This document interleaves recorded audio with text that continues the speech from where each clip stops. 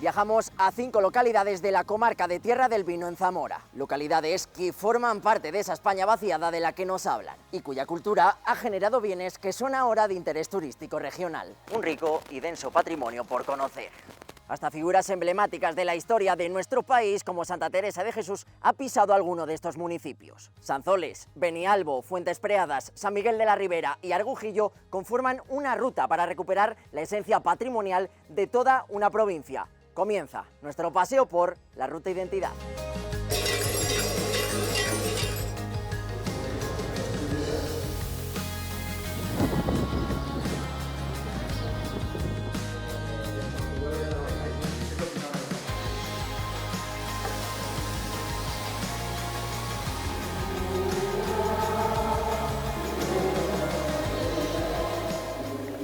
Comenzamos esta nueva aventura para conocer la Ruta Identidad. Una ruta que comprende 5 pueblos, que nos va a comentar una de estas personas que ha llevado a cabo la iniciativa de esta Ruta Identidad. Estamos con Timoteo Marcos. Timoteo, ¿qué tal? ¿Cómo estás? Hola, muy bien. Timoteo, cuéntanos, ¿cuáles son esos 5 pueblos por los que nos vamos de ruta en el día de hoy? Bueno, pues vamos a comenzar la ruta con un museo singular, el Museo del Zancarrón. Es una mascarada de invierno, la única en esta zona del vino. Después vamos a ver a Benialbo con un retablo espectacular de Lorenzo de Ávila como elemento fundamental. Vamos a pasar después a Fuentes Preadas con una característica propia, la cabecera románica de la iglesia, y otro añadido singular, que es unos restos arqueológicos que se encontraron en el pueblo, en Fuentes Preadas, que en este momento están en el Museo Nacional de Arqueología, pero que están perfectamente datados. Y después vamos a pasar a San Miguel de la Ribera, tal como hoy lo conoce la gente, pero que en el siglo XVI se conocía como la Aldea del Palo. Aún hoy hay mucha gente que le llama la aldea. Y lo peculiar de este pueblo es que estuvo en este pueblo Santa Teresa de Jesús. Y casi con toda seguridad también San Pedro de Alcántara, porque allí se funda un convento de franciscanos. Y acabaremos pues en Argujillo, con una iglesia espectacular, de una arquitectura importante. Seguro que a muchos de nuestros espectadores, Timoteo, les gustaría conocer cómo surge esta idea y por qué 5 localidades se juntan para formar una ruta para conocer todo el patrimonio que tenemos aquí en Zamora, en la Tierra del Vino. Bueno, en términos generales esta iniciativa nace de una preocupación que es común a mucha gente, en la realidad de nuestros pueblos que se despueblan, ¿no? Yo estoy convencido de que uno de los problemas de la despoblación es cultural, es un problema cultural. Y a mí me parecía que además, si la despoblación tenemos que afrontarla y darle soluciones, tienen que ser desde este ámbito y desde nosotros. Estamos a veces demasiado apoyados en la cultura de la subvención. Y se me ocurrió esta iniciativa sencilla pero importante, que lo que hace es, primero, destacar que los pueblos son realidades vivas, que tienen un patrimonio importante, que tienen unas raíces, que esas raíces alimentan su vida, y segundo, pues que puede haber un grupo de gente que se presta a acoger a la gente que venga, a enseñar los monumentos, a decir, aquí estamos, tenemos esto. Sí quisiera decir que esto es una iniciativa que comienza de una forma muy sencilla, pero que tiene pretensiones mayores. La primera, y quisiera resaltar, hemos escogido 5 pueblos. Yo soy el párroco de 7. No han aparecido en este momento 2 pueblos pequeños, que son El Piñero y Cuelgamures. Pero la iniciativa no está cerrada. En otro momento ellos se pueden incorporar, siempre que haya gente también dispuesta a enseñar el patrimonio. Bueno, pues ya habiendo conocido cómo surge esta ruta ¿Y por qué esta iniciativa? Timoteo, si te parece, tú y yo nos vamos a marchar de ruta.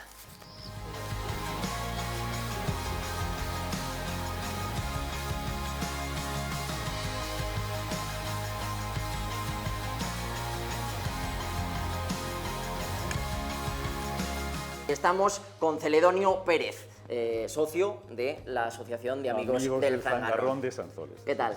Muy bien. Lo primero que venimos a hablar aquí y donde estamos es el Museo del Zangarrón. Cuéntanos un poco acerca de esa historia, ¿cómo surge el Zangarrón? Pues hombre, había que recoger de alguna manera el sentir del pueblo sobre el Zangarrón y la mejor idea es eso, hacer una especie de centro de interpretación o museo, más bien centro de interpretación yo creo por la estructura y por el volumen que tiene, y había que recogerlo en un local para explicar un poco la filosofía, lo que es el Zangarrón y lo que supone sobre todo para Sanzoles. Yo creo que el museo es la memoria sentimental del pueblo. De hecho, aquí tenéis las fotos de muchas generaciones que reflejan un poco todo eso. ¿De dónde surge el Zangarrón, Celedonio? Cuéntanos. El origen, bueno, sabéis que no hay documentación. Yo creo, y efectivamente, de hecho, has escrito un libro y todo, claro, ¿no? he escrito un libro sobre el Zangarrón, un poco analizando, porque es como un libro abierto, ¿no? Lo que es la función, la estructura, la parafernalia, el mismo traje. Yo creo que viene del neolítico incluso, que es pues el chamán con los jóvenes que pasan una especie de ceremonia de iniciación, pero a partir de ahí todas las culturas que ha ido impregnando en lo que es la fiesta y al final pues está un poco muy ligada a la Iglesia Católica, a través de San Esteban, que se celebra el día 26, que es cuando se celebra la fiesta, y a través de, bueno, pues eso, de una procesión que hay en el pueblo, incluso una explicación que es la más infantil, pero que está ahí ligada muy a la Iglesia. Esas ropas típicas del Zangarrón también, ¿cómo surgen? ¿Cómo las conocemos? Pues te digo eso, efectivamente, ahí están las culturas que ha pasado, porque hay una cultura agraria muy claramente, ya sabéis, la careta es de cuero, las vejigas del cerdo. Después hay una cultura incluso militar, que veis en los capotes que podían ser de las legiones romanas, legis, que son los protectores de las canillas. O sea, te quiero decir, toda la cultura que ha ido pasando ha ido impregnando su pozo y se ve ahí. Ahí es un libro abierto que se puede leer, efectivamente. ¿Qué función tiene dentro de estas fiestas de Sanzoles?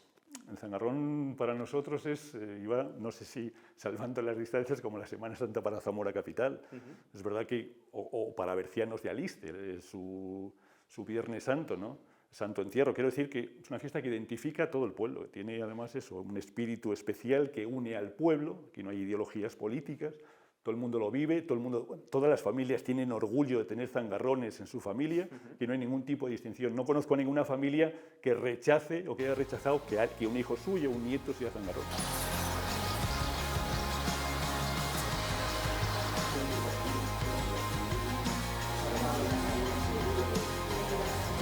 Con la estatua de fondo tenemos con nosotros también, por supuesto, a la alcaldesa de Sanzoles, a Celia García, y nos gustaría conocer por qué os identifica el Zangarrón aquí en este pueblo. En este pueblo el Zangarrón nos identifica el espíritu del pueblo, el mantenernos vivo. Eso que nos dicen que la España vaciada, como nos llaman, nosotros reivindicamos, ¿vale? En esta ruta identificativa como nuestro símbolo tenemos el Zangarrón, para decir que la España vaciada no está tan vaciada, que estamos muy llenas, que tenemos mucho que enseñar, mucho que demostrar, tenemos nuestras costumbres, tenemos una España muy rica y que a través de esta ruta queremos reivindicar eso, que estamos a tope y que a través del Zangarrón, Sanzoles, lo queremos hacer muy presente. Por último, Celia, ¿qué es eso del espíritu del Zangarrón? Es el gusanillo que el día 26 e incluso el 25 por la noche, que son las vísperas, nos entra a todos, sobre todo los que somos vecinos de toda la vida aquí, lo que nos anima a seguir, lo que nos anima a continuar aquí en el pueblo y luchar por todo lo que tenemos, que es mucho.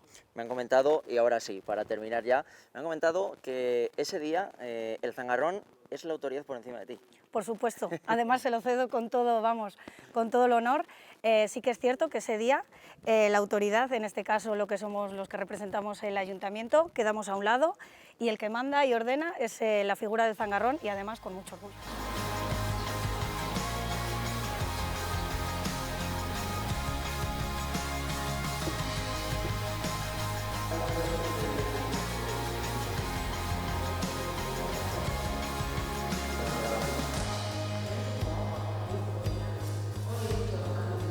estamos con una de las colaboradoras, de esta Ruta Identidad, con Julia Almeida. ¿Qué tal? ¿Cómo estás? Un poco nerviosa. Bueno, Julia, no te preocupes. Vamos a contar acerca de esta iglesia de Nuestra Señora de la Asunción. ¿Cómo se construye y en qué año? Pues la primera constancia que tenemos de ella es del año 1129, que el rey Alfonso VII y su mujer Berenguela le ceden esta iglesia al monasterio de Santo Tomé de Zamora, que era una iglesia pequeña, reducida, con 3 capillas cuadrangulares, esta, esa y otra que hubiera aquí, y un transepto que tenía como finalidad unir otras 3 capillas iguales. Como luego era muy costoso, decidieron acabar con esta nave, y lo único que tenemos de aquella primera iglesia es un lienzo de la pared, que es donde está esa puerta, que por fuera se ve que es sencilla pero bonita, con 3 arcos concéntricos, apoyado en columnas, y se entiende, se cree que hubo otra puerta en la parte sur, de la que se conservan unos canes que están debajo de la cornisa del tejado. Eso que me contabas era el genérico de toda la iglesia, pero hay una joya de la corona aquí en Benialbo, que es el retablo, ¿no?, de esta iglesia. Sí, nuestro retablo. Un retablo que se comenzó en el año 1569, se le encargó a Arnau Palla, un tallador toresano, que consta de 30 columnas, 4 cuerpos con 5 calles, y además se complementa con unas tablas pintadas por Lorenzo de Ávila, también vecino de Toro. El primer cuerpo de abajo tiene los 4 evangelistas, luego tiene el nacimiento, la Virgen de la Asunción, la Quinta Angustia, el Calvario y Dios Padre. Las tablas que representan son casi todas de la vida de Cristo, menos 2, que una es San Miguel Arcángel y otra es el milagro de Santa Elena, que es cuando descubre la cruz de Cristo, allá a su entender, evidentemente. En principio iban a ser 11 tablas, luego fueron 10. La que está detrás de la Virgen, como veis, está en blanco y negro, porque no saben si es que se perdió o es que por error de cálculo pues no se pintó. Y luego los laterales también tienen otras tallas que son santos, que también falta una, eran 6, hay 5. Una no se sabe si es porque es una gotera o porque no se hizo también. Pues también me gustaría hacer referencia, Julia, porque, como digo, el patrimonio de Benialbo es muy rico. Entonces, quería hacerte una pregunta, y es que la referencia acerca del baile del niño, ¿no? Sí. Esa festividad que hay aquí también en Benialbo y que se ha convertido, si no me equivoco, en interés turístico regional, ¿no? Sí, este año hemos tenido esa suerte. Es una fiesta que se celebra el 27 de diciembre, San Juan Evangelista, no Bautista. Y bueno, pues es una fiesta muy bonita, muy querida por todos nosotros, que consiste en un baile que sube de aquí de la iglesia a la ermita y de la ermita a la iglesia sin darle la espalda al niño, y que bueno, pues que cada vez se van anunciando más, acumulando más gente para verla, y bueno, pues hay muchos danzantes ya que tienen mucha ilusión porque esto siga.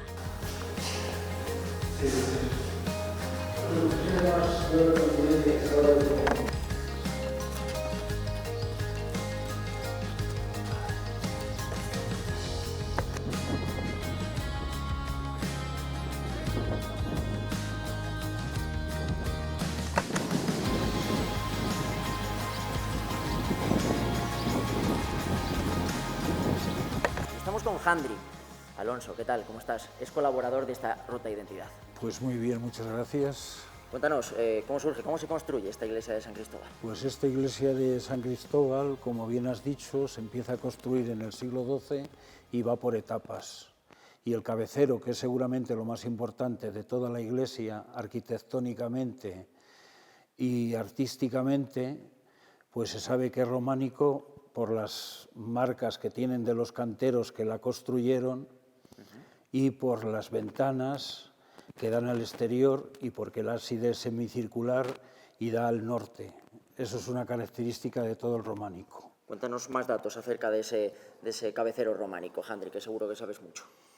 Pues hombre, no creas que tampoco más, porque un cabecero es lo que tienen.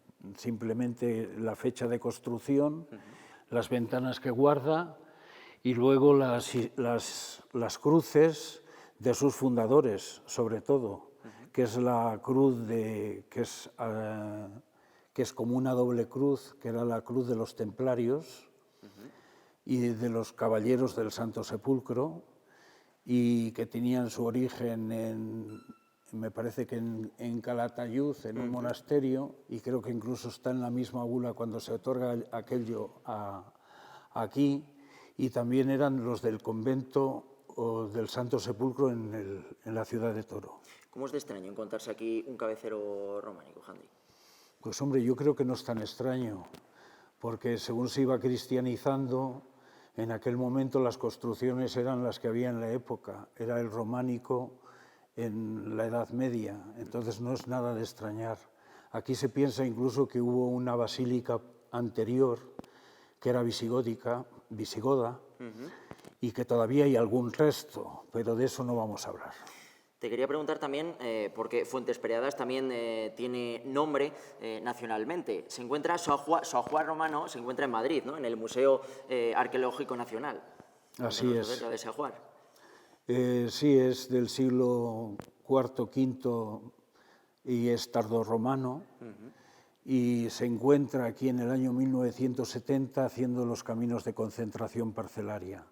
Y seguramente es lo más interesante de nuestro patrimonio, aunque realmente lo tengamos en Madrid y no supimos que lo teníamos hasta el año 1970.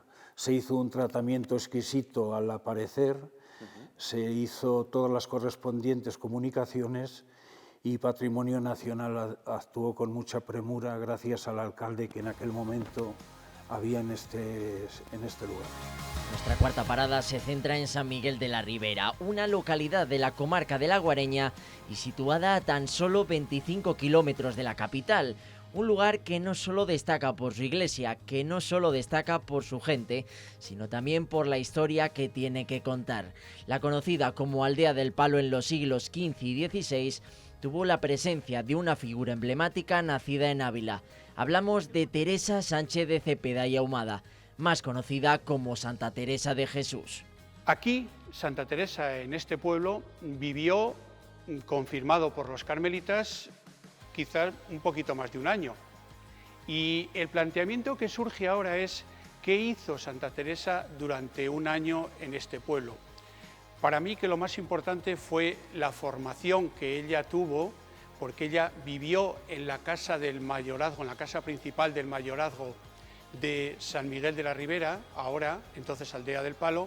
Algo más de un año que le sirvió para dejar huella en este pequeño municipio. Sin embargo, para entender esta historia habría que centrarse en otra de las figuras importantes de la localidad, su íntima amiga, doña Guiomar de Ulloa. La figura central que tenemos que resaltar aquí sea la de doña Guiomar de Ulloa, porque justo a la vuelta a Ávila, ella es requerida, doña Guiomar, por los personajes de la aldea, hablo de los regidores de la aldea, que solicitando la fundación de un convento a un amigo personal de doña Guiomar, que era San Pedro de Alcántara. Este convento se convierte entonces en el lugar clave para San Miguel de la Ribera y el porqué de esta historia. Doña Guiomar tenía en propiedad allí un mayorazgo y los comisarios del pueblo, a través de San Pedro de Alcántara, solicitaron fundar y construir allí un convento franciscano. Los comisarios de aquí, los regidores del pueblo, entablaron relación con doña Guiomar de Ulloa porque ellos sabían que mantenía muy buena relación con San Pedro de Alcántara, dado que su marido era íntimo de él. Enviaron una carta a Ávila, donde se encontraba doña Guiomar de Ulloa, que era la dueña de todo lo que tenemos a mi espalda, añadiendo unas 120 fanegas y luego unas huertas y unos sotos que se pueden ver más adelante, y le solicitaron la fundación de un convento por parte de San Pedro de Alcántara. Con una preciosa carta, Guiomar accede y el convento, hoy prácticamente hecho pedazos, por aquel entonces fue una realidad. En esa carta, San Pedro de Alcántara, de alguna forma, ya da la orden de la fundación del convento. Él viene aquí, a San Miguel de la Ribera, y en principio la fundación iba a ser en la iglesia de la Magdalena o ermita de la Magdalena, pero a San Pedro le gustó más la ubicación actual. Le pidió permiso a doña Guiomar y no hubo ningún problema, se la concedió y además le dijo: eres tan pobre pidiendo que te voy a añadir todo lo que tenemos a nuestras espaldas, que eran las huertas del convento, porque todo pertenecía al mayorazgo de Guiomar de Ulloa. En este lugar, y unido a su amistad con Guiomar, Santa Teresa pasó mucho tiempo, tanto que su primer poema fue escrito allí. Los carmelitas ya lo han asumido, que ese primer poema, «Oh hermosura que excedéis a todas las hermosuras», fue escrito aquí en San Miguel de la Ribera. Con lo cual, cada vez tengo más confianza en que ella lo que recibió por parte del padre Pládanos aquí en San Miguel de la Ribera fue una gran formación. El padre Pládanos, jesuita, estaba muy formado en los ejercicios espirituales. Entonces, sin una formación muy fuerte, ese poema no se puede escribir. Y creemos que efectivamente se escribió aquí en la casa principal del mayorazgo. De esta historia y de este convento solo quedan pedazos y recuerdos ya. La única parte viva ya es la imagen de un bonito y verde ciprés.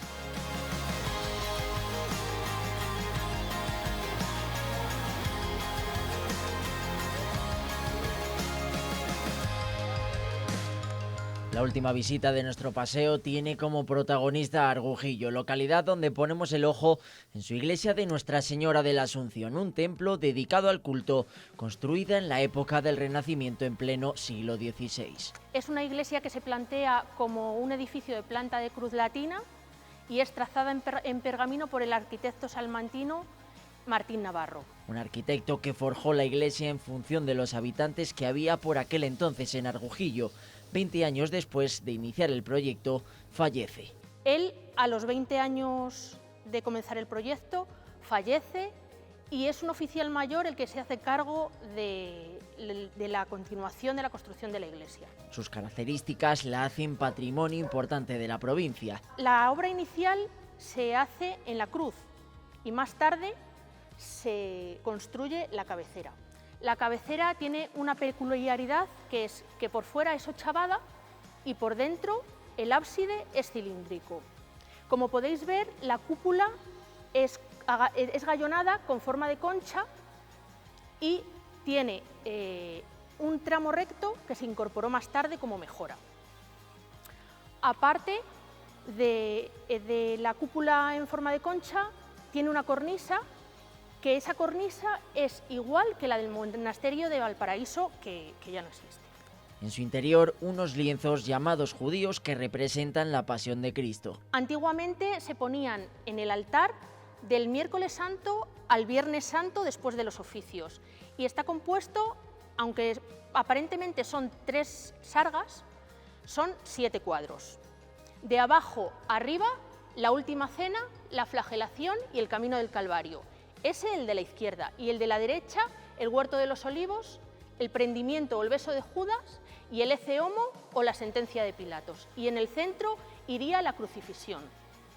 Son de autor anónimo y fueron donadas por Alonso de Casaseca en 1673. Sin embargo, la devoción de los argujillanos se debe a la Virgen de la Salud. Para nosotros, la Virgen de la Salud es la imagen de la devoción por excelencia de Argujillo y de la comarca. Su devoción comienza con la peste llamada la rata negra en 1507 y tiene como peculiaridad el manto, que fue donado por una pareja, él de Sanzoles y ella de Argujillo, que emigraron a Cuba a trabajar y prometieron a la Virgen que si les iba bien donarían un manto a cada una de las vírgenes. Y es curioso porque tanto la Virgen de Sanzoles como la de Argujillo lucen mantos similares.